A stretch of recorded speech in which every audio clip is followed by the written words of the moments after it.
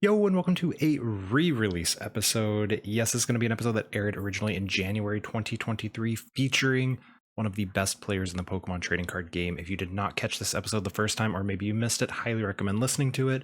I'm going to be traveling for the holidays, and I figured this was better than putting out nothing for it this week. So we have an interview with the one and only Ross Cawthon. If you're not familiar with Ross, you've heard in the Pokemon trading card game, there's general talk, is the best player of all time, Tord Reklev or Jason Klaczynski.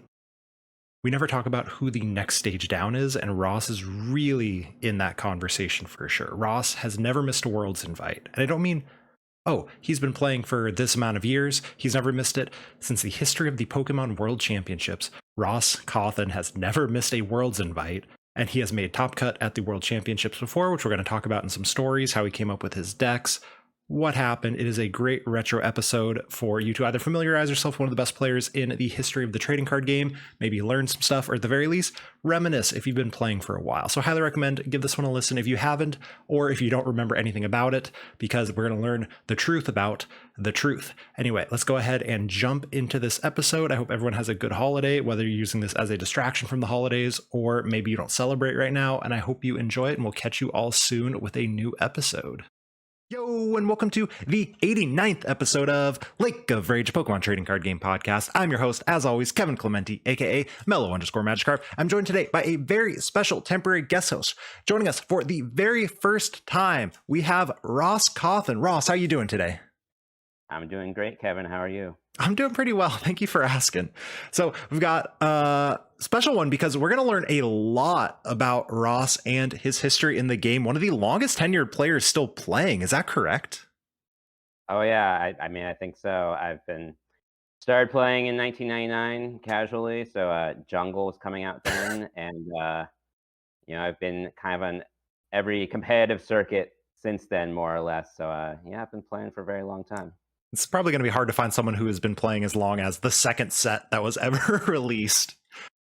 Yeah, I mean there were certainly earlier ones, but I don't know if there's not many people from that era that are still playing. So I've been playing continuously, and I think I can safely say I'm the longest one doing that continuously all this time. Well, we'll take that claim. I'm not going to fight you on that claim, because if anyone knows anyone who's been playing longer, just tweet at me and I'll be excited. That's pretty much all that one's going to go. Anyway, we're going to get into some rapid fire questions, of course, because the first time Ross has been on the show. Then we're going to talk a little more about his history as a player, and then some of the deck innovations, because you recognize the name, most likely, listeners, as someone who has created some of the most interesting decks. So we're going to get into those, and then a little bit about why you are I don't want to say still, but why you keep playing Pokemon, why you keep coming back to the game through all these different formats and changes and all of that good stuff.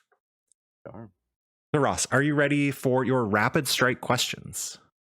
As ready as I'll ever be. That's a correct answer. So you'll have 60 seconds to answer as many of them as you can. No explanation, just straight off the top of your head. Okay. Here we go. Do you prefer winter or summer? Summer. What's your favorite snack? Bread. What's your favorite retro format to go back and play? 05 Worlds.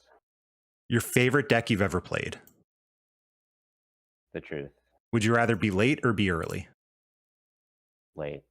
What's your favorite Worlds location? San Diego. Do you prefer soup or salad? Salad. What are the toppings on your perfect pizza? I don't like pizza. What color sleeves do you use?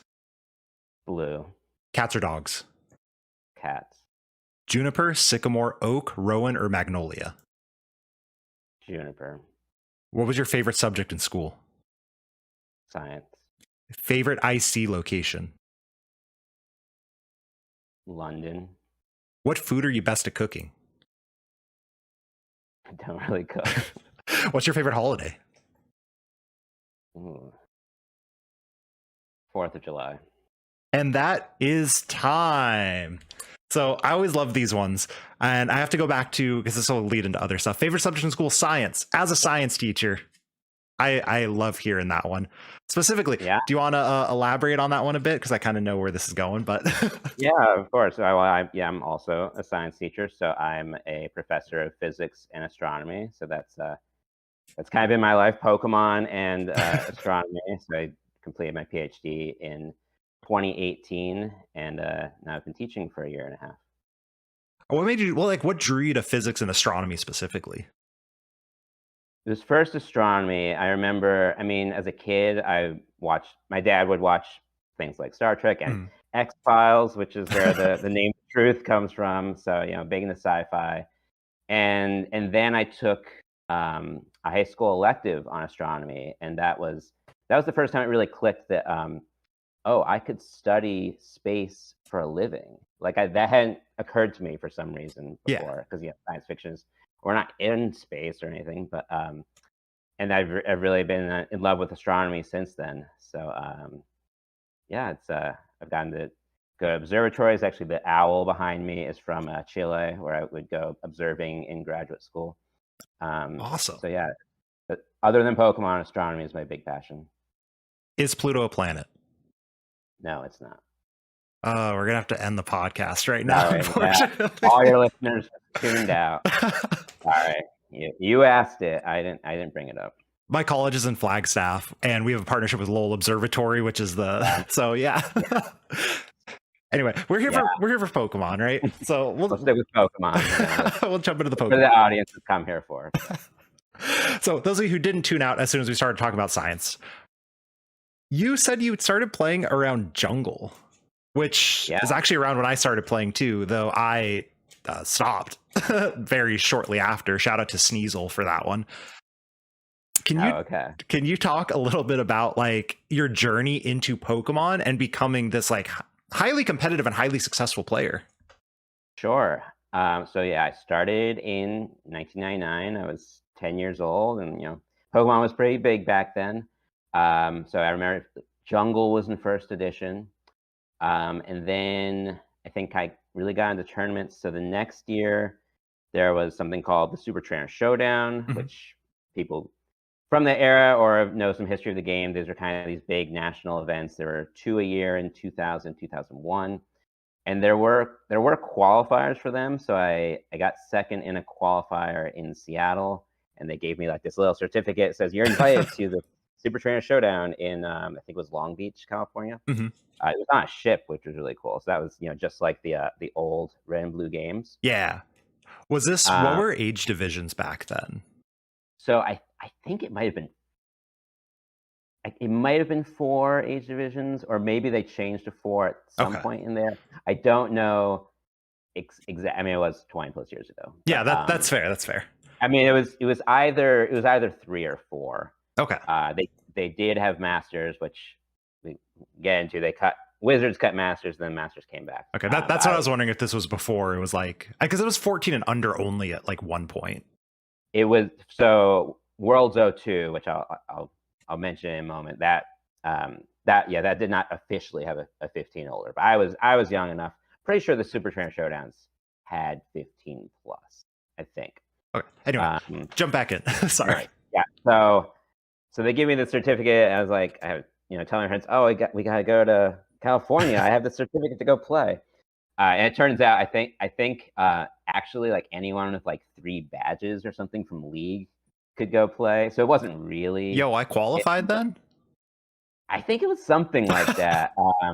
I mean, I'm sure there are people who like have the history like written down and everything. But I think it was something like that I didn't really need to qualify. Now that if I'd gotten first in the qualifier, I think we would have gotten a free trip. So we didn't get a free trip, but they enticed me to come with this certificate. Yeah. So I played that. I mean, I wasn't very good back then, but and I did one in 2001. 2002 was the first World Championship, which was in Seattle, where I grew up. I had gotten second in a gym challenge, which back in the day was you have to win gym challenges to qualify, and TPCI did that for a few years. So I didn't qualify from that because I only got second. I didn't win, but I did Grindin, which back then Grinder was 4 rounds. I think it was single elimination. I think it might have only been best of 1 too. I'm not 100% sure. That sounds disgusting. I think it was best of 1. I think main event worlds was 2 out of 3, if I remember right. But the Grinder was single elimination best of 1. I think so. I could be wrong, but it was definitely single elimination. I think it was best of 1. And they also changed the format. So Grinder was still Rocket On, if I remember right, which the gym challenges were, and then Worlds was Neo On. Interesting. So you had to come up with 2 decks. Yeah. So I played what I played in the gym challenge, which was Steelix Neogenesis for Alligator Neogenesis, The which was not Riptide? the Riptide, Okay. which was not a common pairing, and I don't know how good it was, to be honest. But Mhm. I mean, it did beat the Crobats. Can't remember which set from one of the Neos that was like the counter to for Alligator. It was, but I lost to a for Alligator in the gym challenge finals. Yeah. So even back It's then, I was trying to, I guess, be rogue, even though like I wasn't like online very much. So I wasn't, nearly as good as I'd be a few years ago. yeah, but you were still in that same vein of, here's the decks to beat, I'm gonna figure out how to beat them. I was, yeah, and trying to be a little different. And then for the Neon I played, I think I played Dark for Alligator Steelix. So like, because but they I have no idea what Dark for Alligator does, I'm gonna be okay, honest. it was like baby Pokemon can't attack or use powers, but it doesn't turn off the baby flip.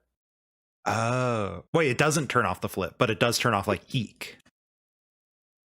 Yes, I Okay. think that's right. But actually, I remember asking a judge if it turned off the flip, and they told me it didn't.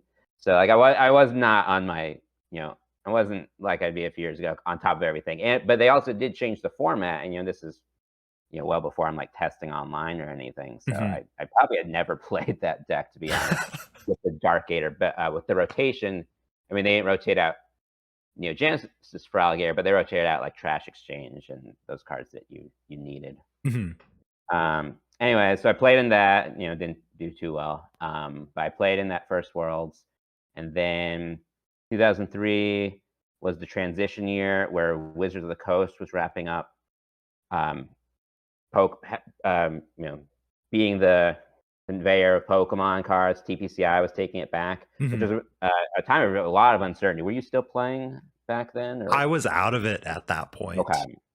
So I remember like you could ask other people from back then, but I mean, the feeling I feel like was we weren't sure what was going to happen with Pokemon. Like we thought maybe the game would be dying then. Mhm. Um, and of course, 'Cause turns out, yeah, correct me if I'm TBCI. wrong, but the idea of like Wizards is the card game thing because of Magic. And so was that what caused the uncertainty, or was there just like changing hands in general was the I uncertainty? think it was just changing hands in general. I mean, Wizards had shepherded the game since it came out in America, so which had been 4+ years, and there was a community, and Mhm. there was, this is back in the early-ish days of the internet.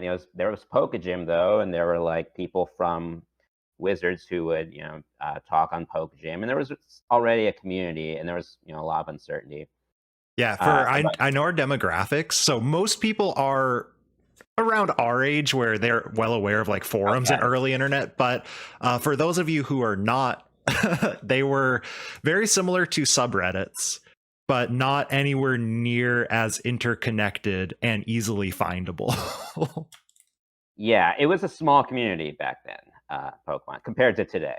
Yeah. Um, but like, yeah, it was an interesting time because there was a real ecosystem in Pokemon, and you kind of knew everyone, but you only knew everyone by their screen names, Yeah. which is a bit interesting. I think that's Anyway, what we had Pablo on last week, and he mentioned, oh, he's like, oh yeah, and with Pidgeotto Master, or Pidgeotto Trainer, I think you were at the time. yeah, that was my name on a Pokemon. Yep. Yeah.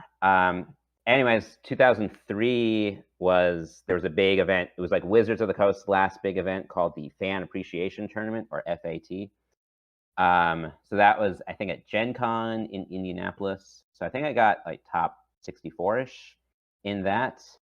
Um, and so I didn't do too well, but I did beat Jason Klaczynski in that event, and he went on to win that event.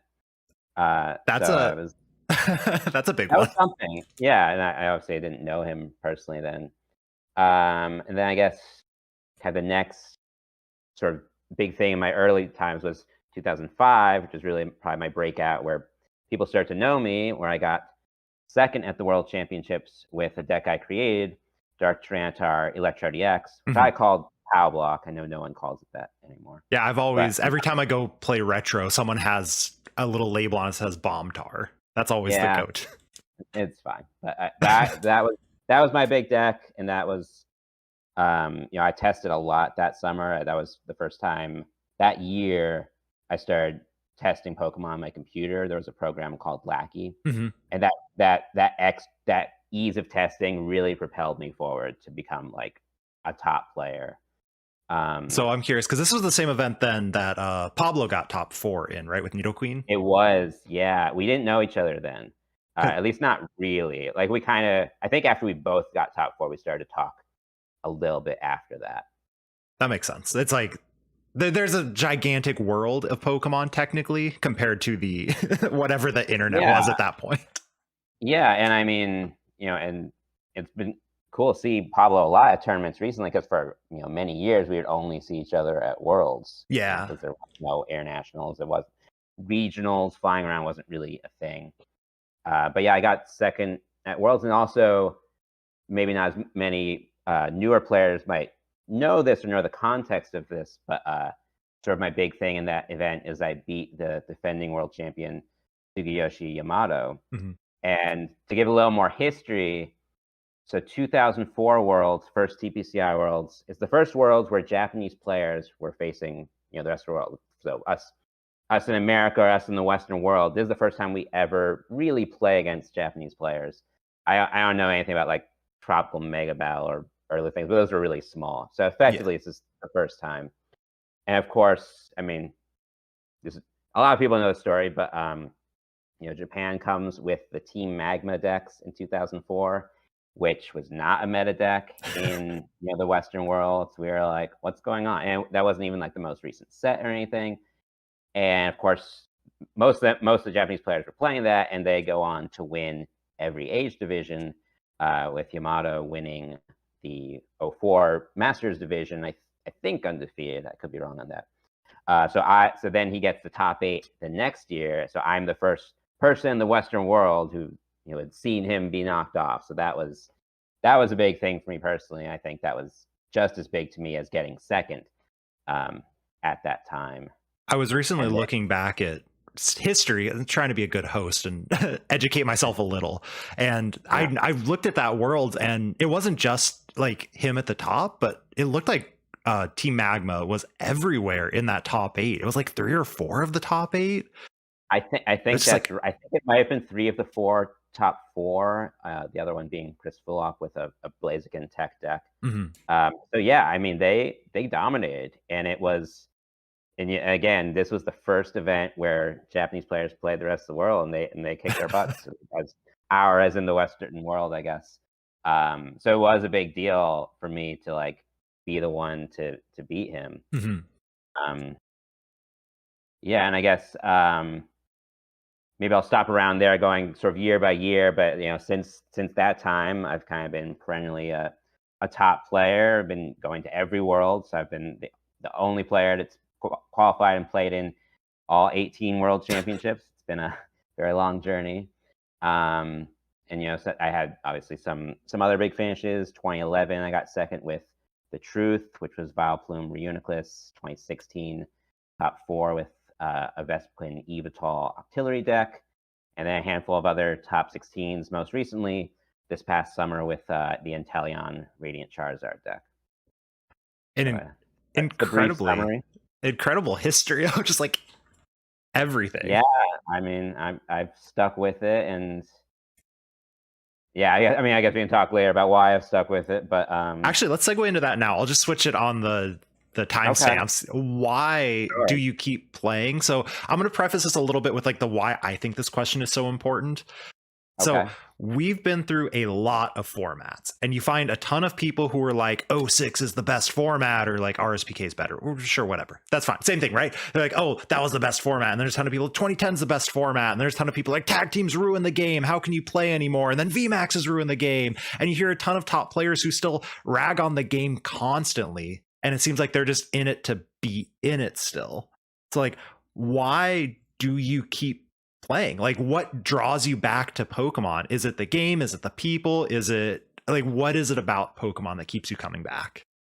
Yeah, I mean, there's many things. I mean, definitely, like, some of my oldest friends are from Pokemon, but, probably more than half of them don't really play anymore, and I see them outside of tournaments now. So it's mostly the game. I just really love the game. It's a really complex, intricate game. Every format is like a new puzzle to solve, and, I hear what you're saying, and I hear it too. It's a lot of people complain about various formats, and it's not that they don't have reasons, but, I mean, I don't think there's really ever been a format that I found uninteresting. Like, it's always interesting to me. I Even mean, there's even certainly Toad mirrors? I mean, I played other stuff. I had way oh, you were asking me about The decks. Yeah. Lysander Toad, right? That format? Yeah, you were asking me about decks that, like, I wanted to talk about. We could talk about the trump card format at some point. But Okay, we could we'll get to I that. had a good counter to that, which is forgotten by history. Um, but no, I mean, I mean, I don't like all formats equally. So Mhm. some are better than others, but, like, there's always something interesting in the Pokemon TCG. There's just so many different cards, so many different types of strategies, different tech cards. The metagame evolves in different ways, and even if the metagame gets stale, which it never gets fully stale, in my opinion. I mean, Yeah. some more stale than others. You get a new set in 3 months, and the whole game changes, and it's just always such a fun puzzle to figure out. Like, whenever a new set comes out, and I like really look at it for the first time, you know, I'll just open my computer and open up a text document and just like be writing down ideas, 20, 30 ideas, a whole page full of ideas, and then going through those, getting to making lists, testing them out, really trying to figure out something other people aren't looking at. It's just a really fun puzzle, and that's really the biggest reason that keeps me coming back. And yeah, it's still fun for me. So yeah, usually when people are complaining about the format, I don't feel the same way. I always find something interesting in the format. Not all equally, again, but Yeah. I think there's always something interesting. That's really the main thing that keeps bringing me back. So would you say, are you more of a fan of, and obviously you're a fan of both of these, but like, are you more of a fan of the metagaming portion of figuring out how do I break this format, or the like individual gameplay? Probably the first one. Probably the, like, figuring out the ideas. Mhm. Um, I mean, the gameplay is really interesting too. The gameplay, I think the tournaments are more stressful than the coming up with ideas. The coming up with ideas is fun. Sometimes I think of it as like, some people, they're, they use their creative energy towards, like, painting or music writing or something. I Mhm. I think I put my creative energy into figuring out Pokemon combos, and that's a lot of fun. And then when you go to test them, or you go to test them on tournaments, I mean, then a lot of times they don't work in testing, then it gets frustrating. And then when it does work, it's like, "Oh, wow, I did it. I made something, everyone else has overlooked." But yeah, probably the coming up with ideas is, like, where my true passion is. I even, like, my friends make fun of me for this sometimes, but, like, I won't look at the next set until that's my next tournament, because you show me 100 new cards, I'm just gonna, like, instantly start thinking of ideas, like, even if I know I shouldn't. But yeah, that's probably where my main passion lies. I love how you two said is the exact opposite of me. I get so stressed out trying to be creative and looking at new cards and trying to figure out combos. But when I'm in a tournament, I'm just like, this is it. This is the place to be. So I think it's so Yeah, interesting to hear someone who's complete opposite of that. yeah, I mean, and that's part of the great thing about Pokemon. There's all these different elements. There's the sort of the theory crafting part, and then there's the gameplay part, and and obviously, getting to see people, Yeah. and of course I did play the Game Boy games back in the day, so that was probably the draw at the beginning. Like, oh, I see this fun world, and watch the anime, see this fun world, and get to sort of partake in that Mhm. in a way. And yeah, I mean, there's so many elements of Pokemon that are great. And then the second thing I wanted off of that, like, of everything, was you mentioned the creativity or the creative energy. Mhm. Do you think, like, is that what drew you to, like, so you physics, astronomy, right? The same, like, very Uh, logical, very, I don't know how much room for creativity is there. Is that what drew you to teaching as a part of that? Or do you think because I have such a logic based job, I'm able to have more creative energy or need to expend my creative energy in, you know, Pokemon, my hobby, my game? Yeah, I mean, I think all those things are a little bit different, but they're related. I think definitely the biggest connection between science and Pokemon is it's a lot of thinking, and some of that's creativity, and some of that's just sort of problem solving, often abstract problem solving, Mhm. critical thinking. Um, it's all related. So I think probably if I had to pick one core idea that appeals to me, it's like solving problems or understanding things, learning about things. Maybe that's more on the science side. I mean, I think the big appeal of science is like you're learning how the world actually works. Like that's a really important question. Mhm. Um, more fundamental question than like what is the deck that breaks this format. Uh, of the two, probably often the one that breaks this format. That's kind of maybe more of a fun thing. Yeah. But the science is a more important thing, and they're both like trying to understand something new. Sort of the quest for knowledge, or solving puzzles. So I think that's the main thing, and creativity is part of that. Um, yeah, it's part of that. It's not the only thing, but they're all related. And then we'll lead into the specifics of the decks as well. But as you were kind of mentioning the like why you play the game, breaking the meta, things like that. Lately, Mhm. you have been yes, I follow the decks that you play because as we talked about in the pre thing, it tends to be something that I want to play as well. But lately, you've Yeah, been like one trick Spiritomb, ADP Spiritomb, then regular Spiritomb, or like a one trick. I don't know, one trick's the wrong word, but like every tournament I see, you're Spiritomb, Baby Blounds, Rapid Strike mhm, Malamar, yeah. Zoroark Box. Is that something that you're like, I'm going to break this one thing because I think it's there? Or is that something that's like out of necessity of time because you're now a professional? Or is that like, why have you been sticking with one deck at a time? A little bit of both. Probably more the second thing you said, where it's just sort of a matter of time. Because Mhm. yeah, I do have a full time job. I've spent a lot of the last number of years really focused on my career. I mean, that's 2017 was the last year I went for the straight day two invites. Really did the rankings chase and everything. And Yeah. because in 2018 I was looking for jobs and finishing my PhD. So some of it is that like I do not have the time to test the five best decks and really piece apart the format. I do have time to sort of master one or two decks and get really good at that. Hmm. And I think that is sort of strategic by necessity to kind of like focus my energy and time when I know it's limited to learning one thing. That's probably more for the decks you mentioned, like Malamar, Zorak recently for me. Blounce, I really love playing Blounce. Blounce is like, well, at least the Firebox Blounce, because Yeah. the game can develop in so many different ways. But I think more for I think when it comes to worlds, I've always sort of focused more, and then it's like I really want to find something that no one else is playing, and because I do think there must be something out there that other people have overlooked. Hmm. So it's a little bit of both. Probably during the year, more of it's like I just want to get good at one deck, so I have a shot every tournament, and and then for Worlds, I put in a little more time. It's like, okay, I want to find something that is better than everything else people have been discovering. And so, yeah, a little bit of both. So let's get into some of those decks specifically. And so anyone listening wants to jump to the truth automatically, right? No, we're not going to go to that one yet. I Okay. want to talk because I actually didn't know this was one of yours. I thought every time I played a retro format, I assumed this was a combo people saw immediately, and that's the Dark Tyranitar Electrode. So, can Sure. you kind of walk us through how did you come up with that, and maybe kind of walk through the very basics of the deck because we do have an audience who hasn't been playing quite that long. It's like the basics Sure. of the Yeah. deck, and then how did you come up with this combo that no one else had seen? Right. Yeah. And it was an interesting story, which I think sort of gets into because people have asked me, especially for the truth, but other decks, like, how do I come up with these things? Um, so it really started. There was someone posted a deck. There were some like private forums for like some top players back in the day. It's hard to keep track of the names kept changing. Yeah.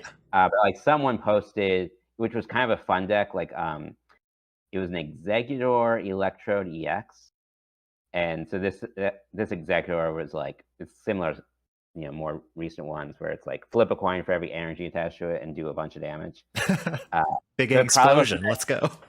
yeah, I mean that I don't remember the exact name, but there have been like other Executors that probably Oh, there's been like 4 or 5 that Executors was that'll do. the fossil one was the big explosion. I don't know what this one's attack was, but Yeah, this was I mean, it was in the '05 format, but, I don't know, I tested that because that was different. yeah. Um, and actually, I remember that I remember playing a game where I was playing that deck, which is, there's POW Hand Extension obviously in that deck, which, for those who don't know, POW Hand Extension was a great card, which you can only play it when you're behind in prizes. And, it's either a Gust of Wind, which obviously was not legal in '05. Mhm. Gust of Wind was a base set card, Gust for an item, basically. Or you could move an energy from the active to your opponent's bench. So mostly in that deck, that was about Gust and KO something, right? But I noticed in a game that when I was like struggling to set up, I could POW Hand Extension like something with a big retreat cost and leave it active, which is I mean a pretty common strategy now, but Mhm.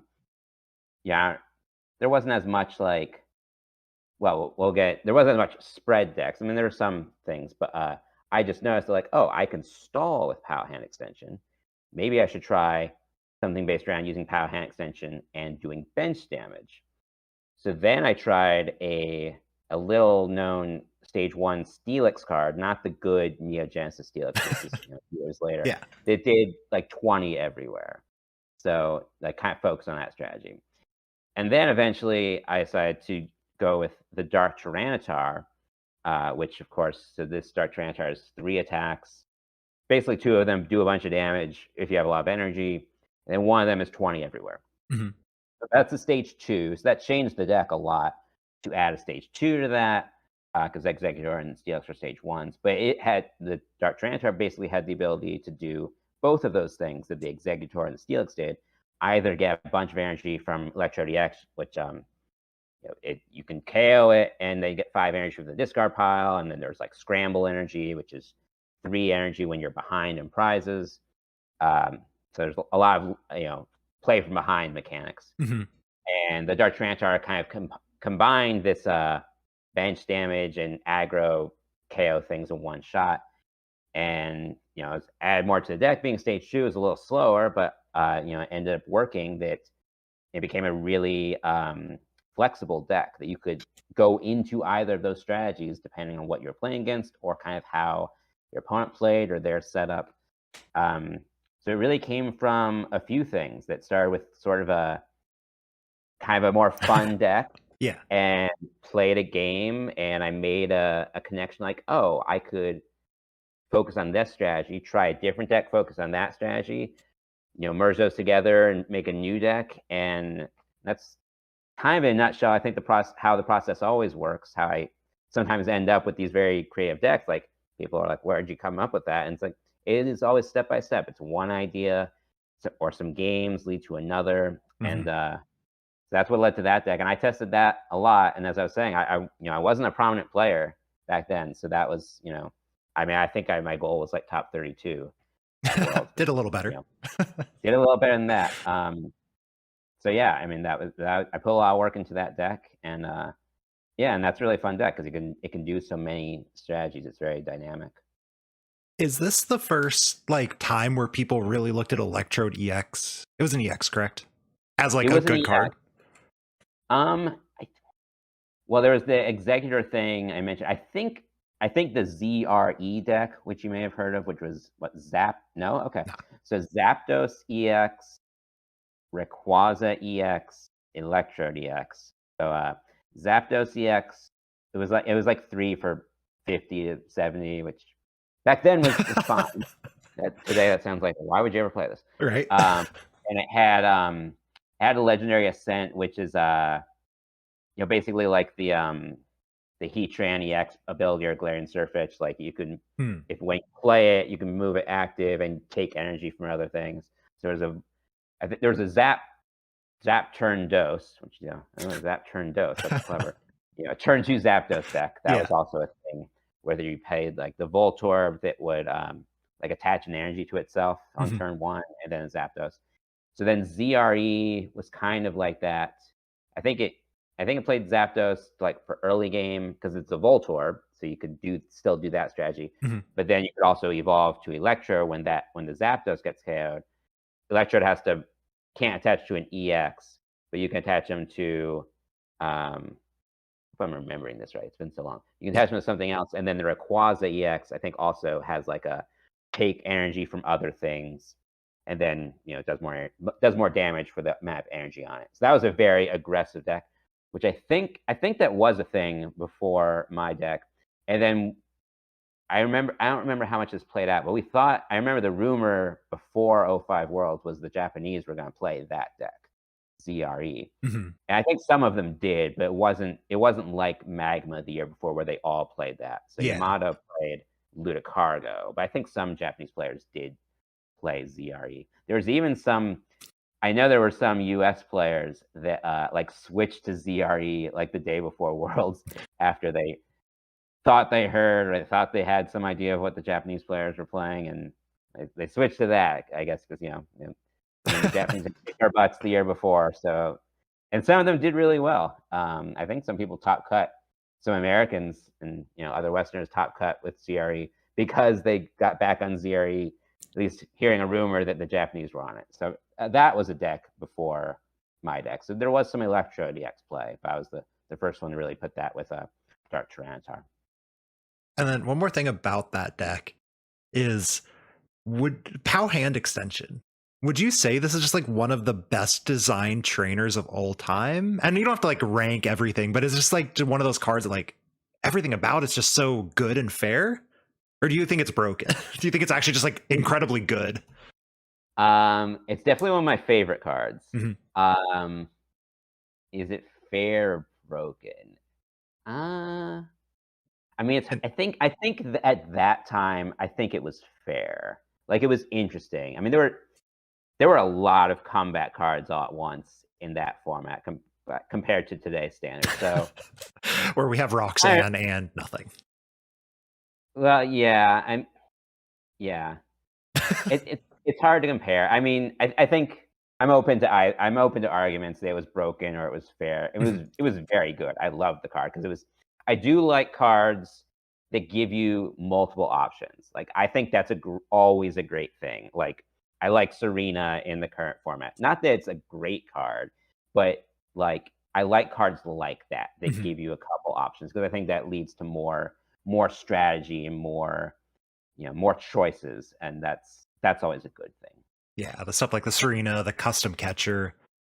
Technically puzzle of time, though in reality you Yeah, didn't want to pick the first one ever unless you had no choice.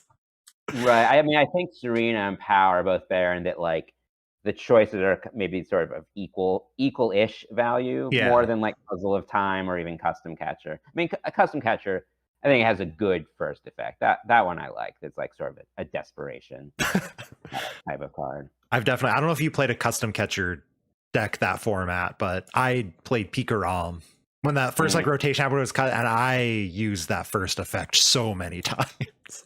Yeah, I mean, I certainly tested decks with that, and yeah, that was a frustrating format with so little draw. Um, Did you day one yeah, worlds that form? Yeah, I mean, I know you're in worlds, but you played day one that year. 2019. Yeah, Yeah, I did. I mean, I've been to every world, so I did day one. That was the one year I have not made day two. So, because that day one field was the day two field makes it look like a healthy meta. The day one field, I don't know how many Malamars you hit, but I just hit nothing but spell tag uh, Malamar all day. It was just annoying. yeah, I don't think I played any. Maybe I What? played one. Yeah, I'm I played jealous. against like Green Zards, and I played against the like Tord Firebox Same. deck. Um, what else did I play against? But yeah, it didn't go well. I was playing what was a cool deck. It was the Umbreon Darkrai GX Dark Box deck with Oh, Incineroar. yeah. And it was kind of cool. Someone had posted it somewhere, so I wasn't the first one that thought of that, but it wasn't big at all. It had Ninetales EX, and it really worked because you could Cherish Ball for Ninetales EX, and then you could get like a Cherish Ball Rare Candy, you get the Incineroar, Yeah. and there was the Weavile, of course, the Weavile to move the energy from Incineroar to Darkrai. So again, it was a format with little draw, but this really Cherish Ball really got this going. So I thought it was a decent deck, but no, it was the only one that's failed to take me to day 2. So maybe That not is, decent. yeah, and it was. I did pretty well in the Open the next that year, so it might have just been bad luck, but didn't have the results of many of my other creations. But that was a fun deck. Another one of the creations that I want to talk about is Shocklock. So Shocklock is one that expanded technically doesn't exist anymore, I guess. I don't know. But for anyone who's been around long enough, you've heard of Shocklock. You maybe hit it on ladder occasionally. You hear rumors about do you tech for it or not at tournaments. This is, to me, the absolute coolest deck that has ever existed because you have cards from Black and White using cards from, even now it has changed with new Sword and Shield cards being added to it, but cards Sun and Moon was necessary, right? So you had these gigantic gap of the very first expanded set with the pickup Lillipup all the way to, Evo Shock Raichu, and then stuff kept getting added and improved upon beyond. The Herdier was what, Sun Moon? Yeah, the treasure the hunt, I think. The treasure hunt one, yeah. Yeah, and now memory energy is the big, like, that wasn't Sword and Shield. Anyway, how did you possibly come up with this just mixture of cards that has become one of the most, I don't know if powerful is the right word, but something decks in expanded? Infamous, maybe. There we go. No, I think most people don't have fond feelings of Shocklock, but it's a very polarizing deck, probably. Some people love it, some people hate it. I mean, I guess going back to, well, we haven't talked about the truth, but like lock decks are one of the type of decks that has kind of always appealed to me. And I really always liked that Stoutland Boundaries Crossed with that, stop supporters from being played when it's active. And I remember even when it was in standard, like there should be a way to, build around this deck, either some kind of hit and run something. I played Stoutland, Excelgor, and at least one expanded regionals, maybe 2. And I knew it was really just like over years thinking about the Stoutland deck, the Stoutland card, and like trying to figure out combos with it. And I knew I had been thinking for months, or at least I was aware for months of like the pickup Lillipup. And I think at that time, I think the first iteration, there was just like the Celebi EX. And then yes, because Shrine of Memories was not out yet, I think. Or was it? Yeah, I never played Shrine of Memories. I played, because that could get countered. So I think that at least when I was playing, and I haven't played expanded for a few years. Yeah, good choice. Yeah. But I had Celebi EX, and then later we got the Shining Celebi, or I can't remember the names. But there was a Shining something that had yeah, it was a one prize Celebi that had the same effect. It was basically memory berry for all your Pokemon. And then there was and later came the memory energy. So I was aware, so even back when it was just Celebi EX, I was aware of that. And I'd played Celebi EX in my 2013 Worlds deck with Gothitelle and Gothorita with the flip energy removal. Yeah. And then it took me like a month after the Raichu from Burning Shadows came out before I really pieced together, okay, you could Raichu every turn by picking up the evolution spray, and most switch effects and expanded certainly were Guzma. Yep. Was the typical one, or Acerola. So if you shut off supporters, you shut off switch effects, and they can't do anything. And then with Pal Pad or some other cards, you can have ways to not deck yourself out, and then you just deck them out by paralyzing them for like 30 turns in a row. And yeah, it was a lot of things. It was just like I've been thinking of certain cards for a long time, and then I knew the Lillipup and knew some combinations, and just one day I sort of pieced it together and ran a list, and oh yeah, this works. And yeah, that was a fun deck to like come up with this like devastating combo that like just locks the game completely. What drew you to Stoutland over? Because like you mentioned Excelgor, right? And it used to be Mhm. Excelgor, Gothitelle, or Trevenant, right? The item lock. So what were you Yeah. like? Stoutland seems, man, I don't know if better is the right word, but more interesting than these item lock cards. Um. Yeah, I mean the Trevenant Excelgor and the Gothitelle Excelgor definitely got more play. I mean some of it's meta dependent. Mhm. It's hard to remember like what were the common switch cards in all these different formats. Um, but I think separately than that, I also liked the Stoutland. I think I was just like always drawn to sort of lock like cards. Um, I also played Wobbuffet Excelgor in a couple regionals. I think I got a couple top eights, or at least one top eight, Mhm. maybe two top eights with that. So I was kind of thinking about all those things. Um, so maybe it wasn't completely linear just to Stoutland Raichu, the shock Yeah. lock deck. But I tinkered with a lot of those lock types of cards in those years. So that kind of leads us into the obvious lock deck, which is one of the most infamous, I think, decks in the history of the Pokemon trading card game, and that is the Truth. The truth. So I want to say what I have heard about this deck. I haven't done a ton of research about it, and I want to know Okay. how much is true. You Okay. saw Tropical Beach get revealed, and you made the deck because you realized that this thing would enable this ability to play multiple stage twos. Is there any truth to that? That Or did Tropical Beach get added to your Worlds deck? Tropical Beach got added to the Worlds deck. Okay. So we can talk more about the deck, but to get into the Tropical Beach, so I had the deck was. I mean, we did not know there was a Tropical Beach card, as far as I'm aware, until the Friday before Worlds. So like And that card was didn't day one play exist. that Saturday? Day one was played on Saturday. Okay. So yeah, so the deck was created. I was gonna play it, reg- regardless of Tropical Beach. Mhm. So that's definitely false. But it is true that like so my friends played the grinder. They didn't play the truth because you can get more into how No sort of what. leaks. Well, no, what Oh. they didn't believe in it. It was actually more that just like it. I came up with the truth like the week of Worlds, which is the shortest. It was by far the least amount I've played with any Worlds deck I've played, Yeah. except maybe I got O2 exception, but that was very.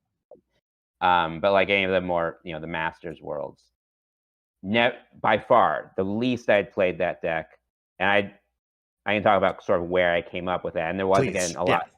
Yeah, I mean, I was testing a lot of Bioplume decks.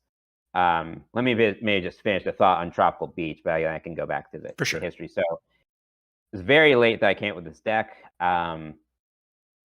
So I told my friends about it. I don't think they most of them are playing the grinder, so like it's too late for them to like play this weird deck I just come up with. Yeah. Um, and then Friday, and so the Friday they helped me test a lot. So actually the deck changed a lot, which I can go into more detail.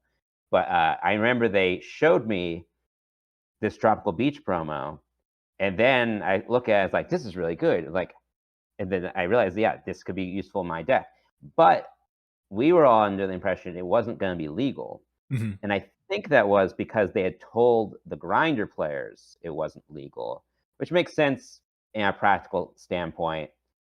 Maybe there's some legal reason of like, oh, it doesn't come out till the Saturday of Worlds, or but like, Yeah. the grinder players obviously don't get the Tropical Beach. So if like someone's friend gave them Tropical Beach, that's probably unfair. Yeah. So I assumed it wasn't legal, and then sort of a luck aspect of this is that that summer I was doing an internship, so I only got to Worlds like Friday night, which usually I try to get there earlier. So just by chance, I picked up my Tropical Beach in the morning of Worlds because I couldn't get there earlier.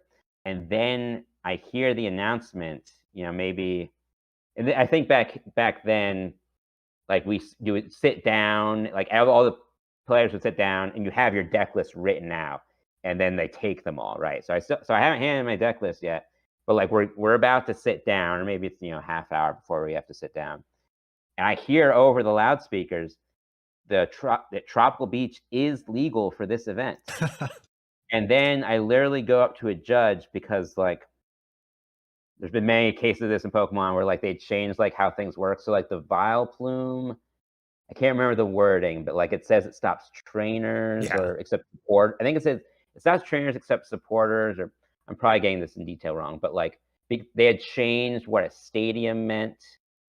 So I wasn't sure if you could play a stadium even under Vileplume, Mhm. which it may have, even if you couldn't, maybe it'd still be good.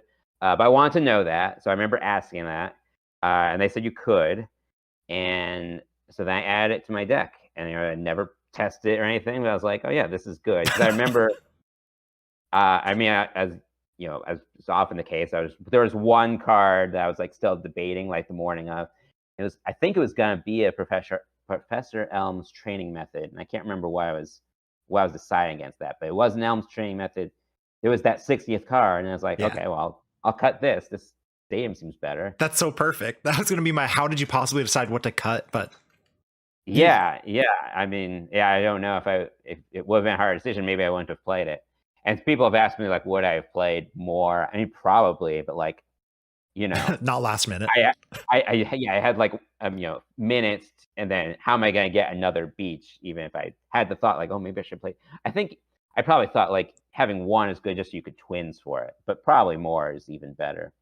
But even, like, so probably I assume Tyler Ninamura, who Yep. was a longtime Seattle player, a good friend of mine.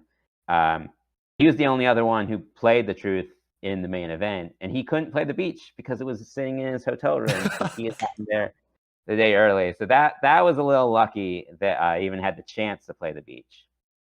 But no, the deck existed before that. It wasn't like I see a beach and I create a 60 new card deck all from that. Like it wasn't quite that extreme. Okay. Um, but coming up with the deck, I mean, as I've established for years, I always try to look a little bit different from where the main decks. Mhm. And I didn't go to nationals that year because I was in internship and I had my invite from Ratings. I think it was Ratings back then. Um, and I remember there were some Vileplume decks that did well at nationals, probably like top 64 or something.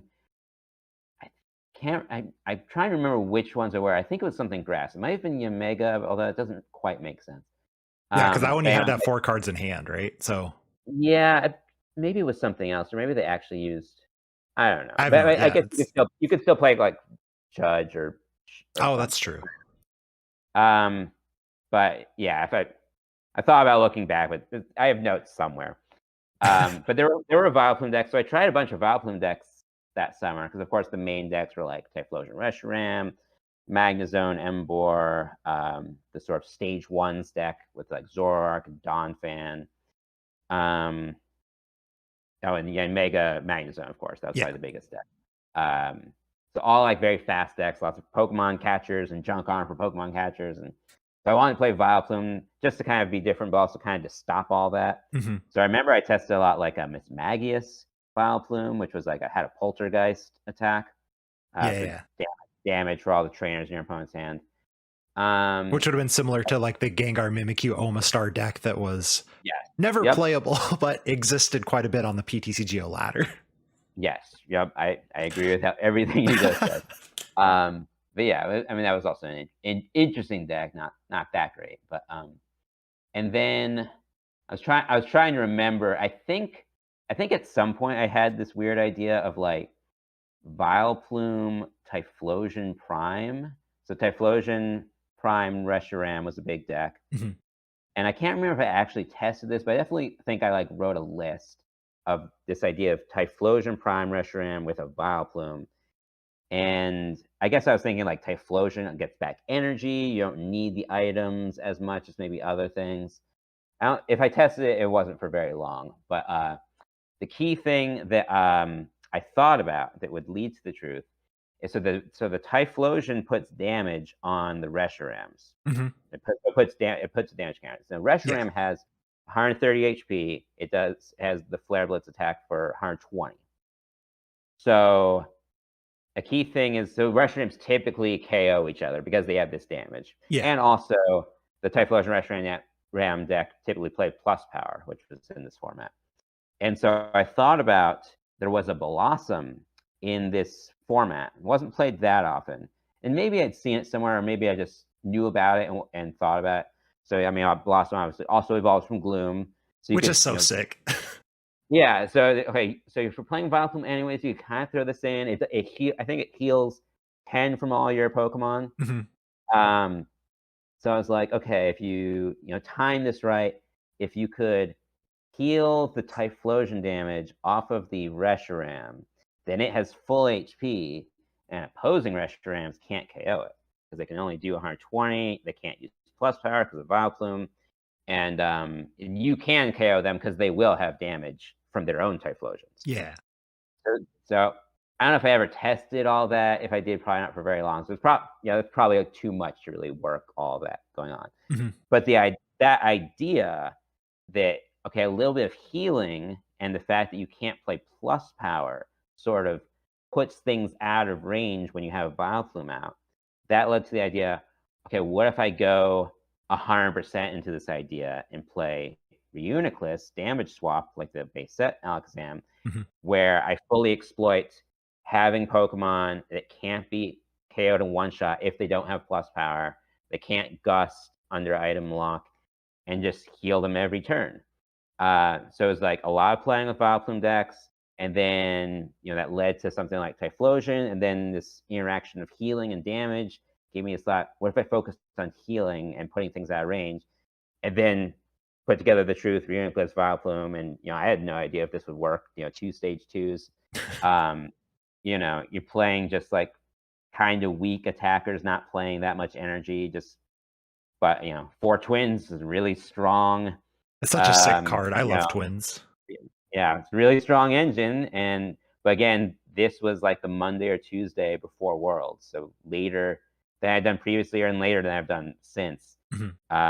So I'd maybe only played 15 to 20 games before like the Friday of Worlds, and then my friends tested it a lot because most of them were out in the grinder. So then it became really a team effort, and the deck initially had a 2/2 Suicune Entei Legend. So Yeah. these legend cards, if you have no idea what I'm talking about, you have to look up these legend cards. I guess they were two cards together, which I guess now we've seen something like that's V unions, but it was two cards, not four. You play them from hand. Um, they had more HP. They gave up two prizes. Yeah, they gave up two prizes. Okay. Pretty sure. Oh. But they weren't played that much. Of course, the winning deck, Magazine Board, played the Deoxys or Quasi Legends. So that was a little more common. Mhm. No one played the Suicune Entei Legend deck, which was mainly played because it one-shotted all the fire deck guys, and it had a lot of HP, so there weren't many things that could KO it in one shot. And then I think I initially had like Blissey or something because Blissey was healed, so that made it to the final deck. But it also had a lot of HP, so you could attack with it. It was just 60 or something, but if you're healing so much. Mhm. But then my friend Spencer Nall, who hasn't played in a long time, but maybe old school, is a super whooper on Pokemon. That's a great name. It is a great name. He pointed out to me that the Suicune Entei Legend could not sort of wall off the stage ones deck because it has the Zoroark that copies attacks, and the Zoroark can copy the second attack of Suicune Entei Legend, which is Snipe for 100, which I never use in my deck, or hardly ever, but could snipe the Reuniclus and just Yeah. kill the whole deck. So, and my friends, I think, had been trying to sell me on the Donphan Prime. I was like, I don't need Donphan Prime. I've kind of got everything mapped out. But then I was like, oh, I need a different attacker for the stage ones. So Mhm. that led to Donphan Prime. So that was not in the deck until the Friday. And then it was a 1/1. And then from testing against Magnezone decks, you're like, oh, this is really good. Let's make this a 2/2. Mhm. I think that was the main sort of big change the night before. And then the beach was kind of like, what? This is legal? Extra consistency is just good. Yeah, no, I mean, it was, yeah. So it was, again, it was like I've heard people say, it's like, did you, drop a binder and 60 cards flow? Like, how did you think about this? But again, it was, a few ideas, testing a few things leads, to one idea, leads to one insight, and test something else. And, there's a few chains that led to the truth and some improvements from friends and last minute testing and a last minute gift card. Like, sure, throw this thing in that was totally not on my radar until just now. Um, and I had no idea how well it would work, right? Because it's such a different kind of deck, and it hadn't been too rigorously tested. Mhm. But, it worked pretty well. It got me pretty far. How far did theorying get you with this deck? Because it's like such a toolbox. So how much is just like thinking through every matchup, and you're kind of like when you sit down, you're like, well, I've thought about this, and it's going to play out this way. Yeah, I mean, I think for that deck in particular is sort of crafted entirely around like having an answer to every big deck, and that Mhm. is kind of how I approach Pokemon in general. Like I mean, there's a lot of ways ideas can develop, but a lot of times that starts with, okay, I need to beat this deck, this deck, this deck, and and there's different ways to do that. Different types of decks, aim to do that in different ways. But for a lock deck, yeah, it's very much like, okay, I have this Vile Plume Reuniclus strategy. Is there an attacker that can wall every deck I see? Mhm. I mean, obviously, for things like with Magnezone Emboar, you just have to be fast, basically, to because if they can do infinite damage if they set up. Yeah. But that is, even I lost that in the finals, but I did beat that in top 8, so it was not an unwinnable matchup. But for other things, the whole strategy was wall. So I didn't see anything too weird. So it was I played mostly against decks I expected. So I was and some things like the Yen Mega decks, you had to be really careful because you really needed to. That's mainly why I had to have the Pichu that filled your bench, and I think what it let your opponent fill their bench. Um, because I needed 2 Solosis, 2 Oddish against Mhm. Yen Mega deck because they're gonna kill something. Yeah. So I can have one of either, but then they kill something, then I can Twins Lock, and then they can't do as much bench damage, or even if they can, I can move it away. Mhm. That was a tricky matchup too, but I had a game plan for every deck, and that's really that went into the development of the deck for sure. And do you think like because Worlds tends, I mean, everyone at Worlds is obviously a very accomplished player to get there. Yeah. So, Mhm. do you think that helps this type of strategy of like, I need to beat these things? And then you know that you're going to play against these things because everyone there is a good player with a top tier deck? Or do you think this kind of strategy could work in a regional as well? And it's just like, well, I'm not going to put all this effort into a regional because it's not Worlds. Yeah, I think it kinda depends on sort of the meta and what's going on. I think all players probably do this now, but Mhm. even back then, I would you have an expected metagame and you prepare for that. And yeah, probably in Worlds, it's a little more often, you face those decks, you don't face super random things. Yeah. Um, but there are probably some years where, you know, you get the World's meta predicted wrong, and then, but yeah, I think that does help, but it's not foolproof that you're like, okay, it's the top player, so you will know what the meta game is. But I guess that's generally true, I think. I'm saying back to this last one where it's like, Palkia is going to be played. And then Palkia Yeah. was played. It was Right, everywhere. yeah, right. So yeah, even this last one, it was kind of a mix, right? We knew there would be Palkia, and there was a heck of a lot of Palkia. We didn't see um I guess we knew. I guess Pikachu had just won nationals. I think a lot of people weren't sure if that would stick around. We didn't Mhm. see the Jolteon stuff. There's a lot of Jolteon decks. Pablo brought back the Reggies. And I think a couple other players. Yeah. So we didn't. I think by and large, the meta game wasn't exactly what we thought, but it resembled what we all thought. So it's always somewhere in that middle. Sometimes you get the meta spot on. Sometimes it's a little more different than you expected. And then last question for me, and this one's purely selfish because, and I mean, listeners will get something out of it too. But so you're talking about like testing all these Vileplume decks and things like that. This is something I've done where it's like kind of what you did, where like this card is definitely good. Something can be built around it. My tendency is after the second try of like, this isn't working, I give up. How do you have that like the grit, I guess, to just like, no, no, no, this is good. I just need to keep tweaking it versus the like, no, this is a failed idea. I'm gonna move on to the next one. Yeah, it's hard, and I think I don't always make the right choice. Mhm. 'Cause there definitely have been some world I mean, there've been with some worlds where I, like, go all in with the, very rogue idea, and it doesn't work out, and then, you can't really judge any deck by one worlds, right? There's so much, matchup variance, there's so much RNG in the game, so, like, Mhm. you can't just say, "Oh, I went 4 and 4 or 5 and 3." It's like, "Oh, it was a bad deck." Well, yeah, maybe a thing or two, you could have been 6 and 2 and made top cut, who knows? So, but some years, at least in my opinion, probably stuck with a rogue deck that maybe wasn't the best play. I think it's always been like a decent play. Mhm. And I do sometimes get caught, where how you're saying, like, sometimes there have been years it's the week of Worlds, and I don't feel too confident in the deck I have, and then I'm sort of kicking myself like, oh, I should have given up on this 2 weeks ago or something. And it's hard to say. I mean, like, if I had gone 2 and 5 with the truth, I probably would feel that way about the truth, right? Yes, Yeah. switching out last minute. Um, and there are some years like 2015, I got through day one and got top 16 with Primal Groudon. Which I didn't invent Primal Groudon or anything. It was maybe not the most played deck, so I was still kind of looking away from center a bit. But that and other years, like, I'm sure I was testing a lot of crazy things, Mhm. and then I had to give up at some point.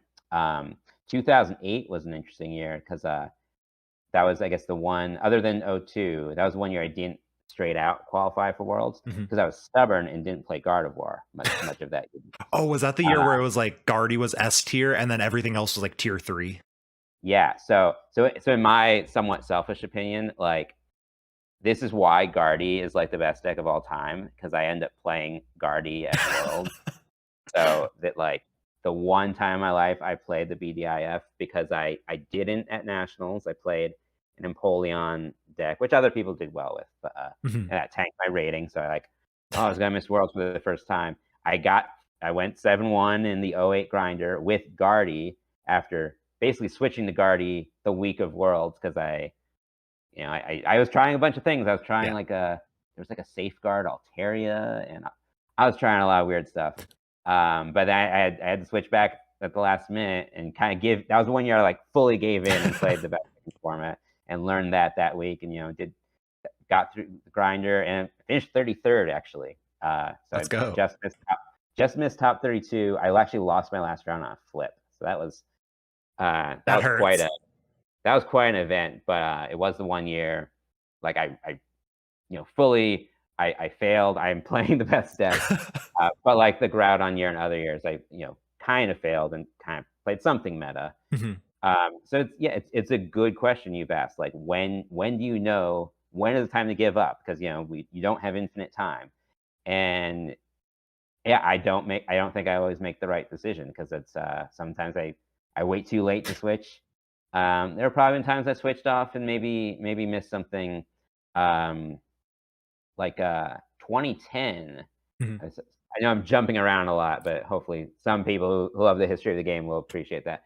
2010, I played Guardy again when it wasn't as good. I mean, Pramo played it to second, but he wasn't dominant like '08. Mhm. And, but I had been testing that summer the stage 2 Garchomp, which had like a ability, like if you attack it, you return energy to their hand.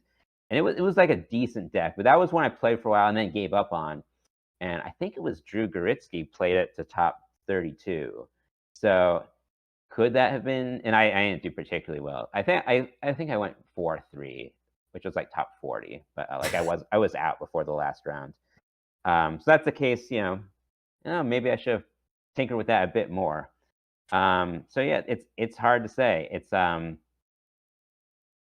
Yeah, I mean, obviously some of the ones I've talked about, I've tried a few different things before I arrived, but I was still constantly changing. I wasn't like sitting on one deck list for 2 weeks and like, tweaking one card, like, I still 30-70 in this matchup. Oh, I'm still 30-70 in this matchup. I tried new things, Mhm. and then eventually, if you like run out of new things to try, maybe you shelve a concept completely. But Yeah, I mean, I face those questions every year, and I probably have more, you know, sort of experience and intuition having done this for so long. But I definitely don't think I make the right choice each year of sort of when to give up on a project or when to stick with it. Or I mean, even the Inteleon Radiant Charizard was sort of interesting because I was testing mostly against myself, which is why I'm like really serious. That's where I do most of my testing. There's Same. pros and cons to that. But like I was going 50-50 against Palkia Hmm. when I was playing both sides. But that's because I knew the matchup really well. And then you hit Worlds and you realize they don't know what they're doing. Exactly. And that was a little bit of a surprise because it's Worlds, right? Yeah. But like I think I went 5-1 against Palkia decks. I did lose to Estrada in day 2, who made top 8. It was a Mhm. close game. I prized some things. So like, but I think he knew he was good enough that was probably going to be a 50-50. But other people, even like people in day 1, even in day 2 Worlds, I think I won my first 2 day 2 rounds against Palkia. And it's a lot of subtle things that can swing that matchup. Mhm. So yeah, I mean, so I test this thing. I have the day 1 invite. You know, I have this really long path to top 8, and like, now I'm only going 50-50 against the big deck. Like, is this really going to take me that far? So so you never know. But I stuck with it, and uh, people did subtly misplay against it, which improved my odds and kind of got me to the top tables. So I think that's always the case. You're always sort of maybe more so with sort of rogue decks that not everyone's playing. You're rolling the dice a bit, and there's of course the luck, there's the matchups, but then there's also things like, are people going to figure out what to do against this deck? Are people going to play this tech? Mhm. And sometimes it works out, and sometimes it doesn't. Like my 2019 year, where I didn't get through day 1. So that's all you can do. You just you try your best. At least I'm sure like everyone, you stress a lot about your deck choices and what deck to play for Worlds because you play all year for it. And so I don't know how much confidence I had, last year with Inteleon Czar, or even the Truth, or many years, because I've been burned many times before. So I just try to focus. I try to not like get too emotionally attached to like, did I make the right choice or not? I just try to focus. I'm trying to make the best choice I can. This is why I think this could work out, and we'll see what happens. And sometimes it does, sometimes it doesn't. But it's worked enough times for me that I feel good sort of taking that tact of trying to make something new, and sometimes it really pays off. That little ending piece is the perfect place to end it because I think if there's anything people are going to go back and like re-listen to, the last like couple minutes is beautiful. Something we all need to listen to for sure. Yeah, yeah. I mean, all you can do is your best, and even if you do everything right, Pokemon can be an unforgiving game with all the luck elements. So if I can give any other advice to young players, just have some humility. You think luck's not going to go your way, even if you do everything right, and that's just part of the game, for better or worse. And that's helps you learn about life, if anything. Um, but I do think sort of not getting too high or too low about kind of where you're at in testing or what's going to happen, and trying not to worry and just really focus. Like, do you have a plan? Do you have a belief that this could work out? And that's all you can do at the end of the day. Ross, thank you so much for joining us. This has been an absolute pleasure. I've enjoyed every second of listening to you tell stories. Well, thank you so much, Kevin. It's been fun to kind of relive these many moments throughout the history of the game. If people, or actually any shout outs, anything like that, and are people able to contact you if there's any way, or are you're living the Pokemon life and they got to come up to you at a regional? Um, I mean, shout out to my team, Team X Files. I mean, most of them have retired now, but they're some of my closest friends, and they've supported me for so long. Yeah, I don't have a social media, a big social media presence or anything. I'm not putting myself out there. Anyone's welcome to come say hi to me at regionals. People, yeah, I'm usually sitting around just kind of relaxing and waiting between rounds. But I'm happy to chat with anyone who wants to chat for a minute or two. I guess I did want to plug. So I don't do social media or anything, but I did this series of articles last year for the 25th anniversary of Pokemon, which are on Pokemon.com. I forgot to look up what they are, but it's with me, Jason Klaczynski, Tord Reklev, Michael Pramwa, and Mike Martin, a longtime judge.